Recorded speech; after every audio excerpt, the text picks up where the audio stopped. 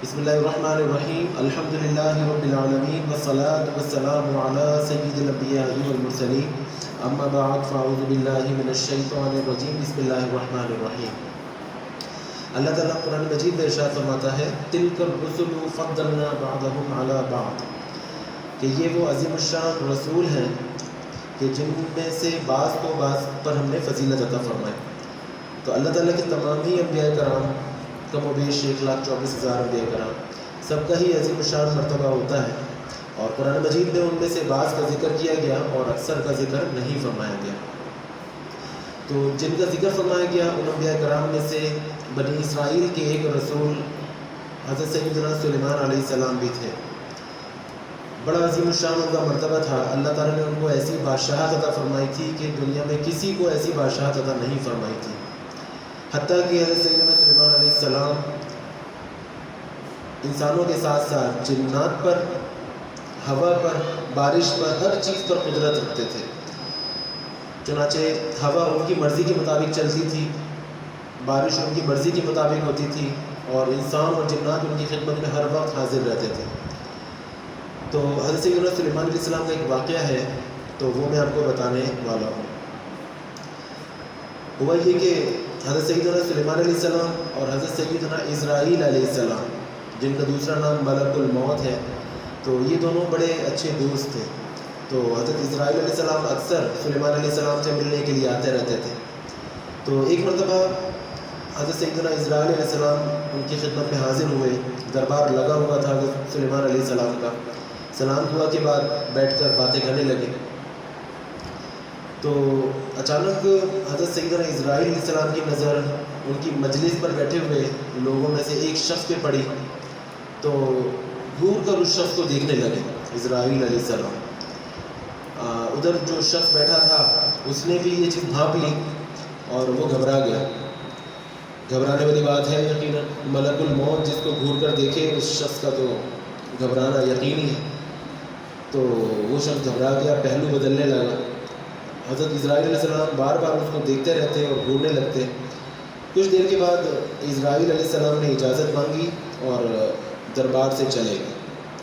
ان کے جاتے ہی وہ جو شخص تھا وہ گھبرائے ہوا حضرت سلیمان علیہ السلام کے پاس حاضر ہوا اور کہا کہ اے اللہ کے نبی، مجھے بڑا ڈر لگ رہا ہے، کیونکہ ملک الموت آپ سے ملنے آئے تھے اور مجھے گھور گھور کر دیکھ رہے تھے، تو میں چاہتا ہوں کہ میں یہاں سے کہیں دور چلا جاؤں۔ تو آپ ہوا پر قادر ہیں، آپ ہوا کو حکم دیں کہ مجھے یہاں سے اڑا کر کسی دور دراز کے مقام پر پہنچا دیں، بہت دور۔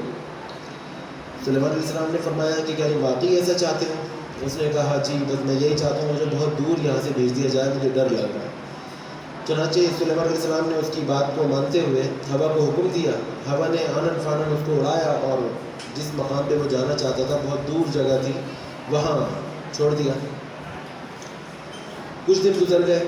کچھ دن کے بعد دوبارہ حضرت سیدنا اسرائیل علیہ السلام حاضر ہوئے ملنے کے لیے اور سلیمان علیہ السلام سے باتیں کرنے لگے۔ اچانک سلیمان علیہ السلام کو اس شخص کا واقعہ یاد آیا، تو انہوں نے ذکر کیا، کہا کہ اے اسرائیل، اس شخص کا کیا معاملہ ہوا کہ جو آپ جس کو گھور کر دیکھ رہے تھے اور وہ گھبرایا ہوا میرے پاس آیا تھا اور میں نے ہوا کے ذریعے حکم دیا تھا کہ اس کو فلاں جگہ پہنچا دیں۔ تو حضرت سیدنا اسرائیل علیہ السلام نے عرض کیا کہ اے اللہ کے نبی، میں اس کو گھور کے اس لیے دیکھ رہا تھا کیونکہ لوح محفوظ پر اور میرے رجسٹر میں یہ لکھا ہوا تھا کہ مجھے فلاں جگہ پر جو ہے اس شخص کی روح قبض کرنی ہے، کچھ دیر کے بعد اس کی روح قبض کرنی ہے، اور وہ شخص اس جگہ سے اتنی دور آپ کے دربار میں بیٹھا ہوا تھا۔ تو میں یہ دیکھ کر حیران ہو رہا تھا اور اس کو گھور کے دیکھ رہا تھا کہ اتنی جلدی وہاں کیسے پہنچ جائے گا۔ تو لیکن چونکہ میں حکم کا پابند ہوں اللہ تعالیٰ کا، تو آپ سے رخصت ہو کے میں فوراً اس جگہ پہنچا۔ تو اللہ تعالیٰ کی تقدیر غالب آ جاتی ہے ہمیشہ۔ تو جب میں وہاں پہنچا تو اس شخص کو میں نے وہاں پہ موجود پایا اور میں نے اس کی روح قبض کر لی۔ تو واقعہ ختم ہوا۔ بتانے کا مقصد یہ واقعہ یہ ہے کہ ہمیشہ یاد رکھیں کہ موت جو ہے وہ ہر شخص کی مقرر ہے۔ فرمایا قرآن مجید میں کہ کل نفس ذائقۃ الموت، ہر نفس کو موت کا ذائقہ چکھنا ہے۔ جو پیدا ہوا ہے اس کو مرنا ضرور ہے، کب، کہاں کیسے، یہ سب کچھ لکھا جا چکا ہے، یہ سب کچھ طے ہے، آپ اس میں کوئی تبدیلی نہیں کر سکتے۔ اللہ تعالیٰ کا علم، اللہ تعالیٰ کی تقدیر اٹل ہے، مقرر ہے، فرشتوں کو علم دے دیا گیا ہے۔ تو ہمیں، آپ کو، جس کو جہاں مرنا ہے، جیسے مرنا ہے اور جب مرنا ہے، یہ سب کچھ لکھا جا چکا ہے۔ بات یہ ہے کہ تیاری کیا ہے۔ آخرت کی تیاری ہونی چاہیے کہ کس وقت کس کا آخری ہو، کسی کو کچھ نہیں پتہ، کون کیسے انتقال کر جائے، کسی کو کچھ نہیں پتہ۔ تو براہ کرم ابھی سے اللہ تعالیٰ کے عذاب سے ڈرتے ہوئے، اللہ تعالیٰ کی خشیت دل میں رکھتے ہوئے عبادات کی طرف آئیے، نمازیں، روزے اور جو بھی نیک کام ہے اس کی طرف آئیے، اور اپنے آپ کو نمازوں کا خاص طور پر پابند بنا لیں، تاکہ اللہ تعالیٰ ہمارے گناہوں کو بخش دے اور ہمیں اس نمازوں کی صدقے میں ہماری نیکیوں کو بڑھائے اور ہماری مغفرت فرما دے۔ جزاک اللہ۔ السلام علیکم ورحمۃ اللہ وبرکاتہ۔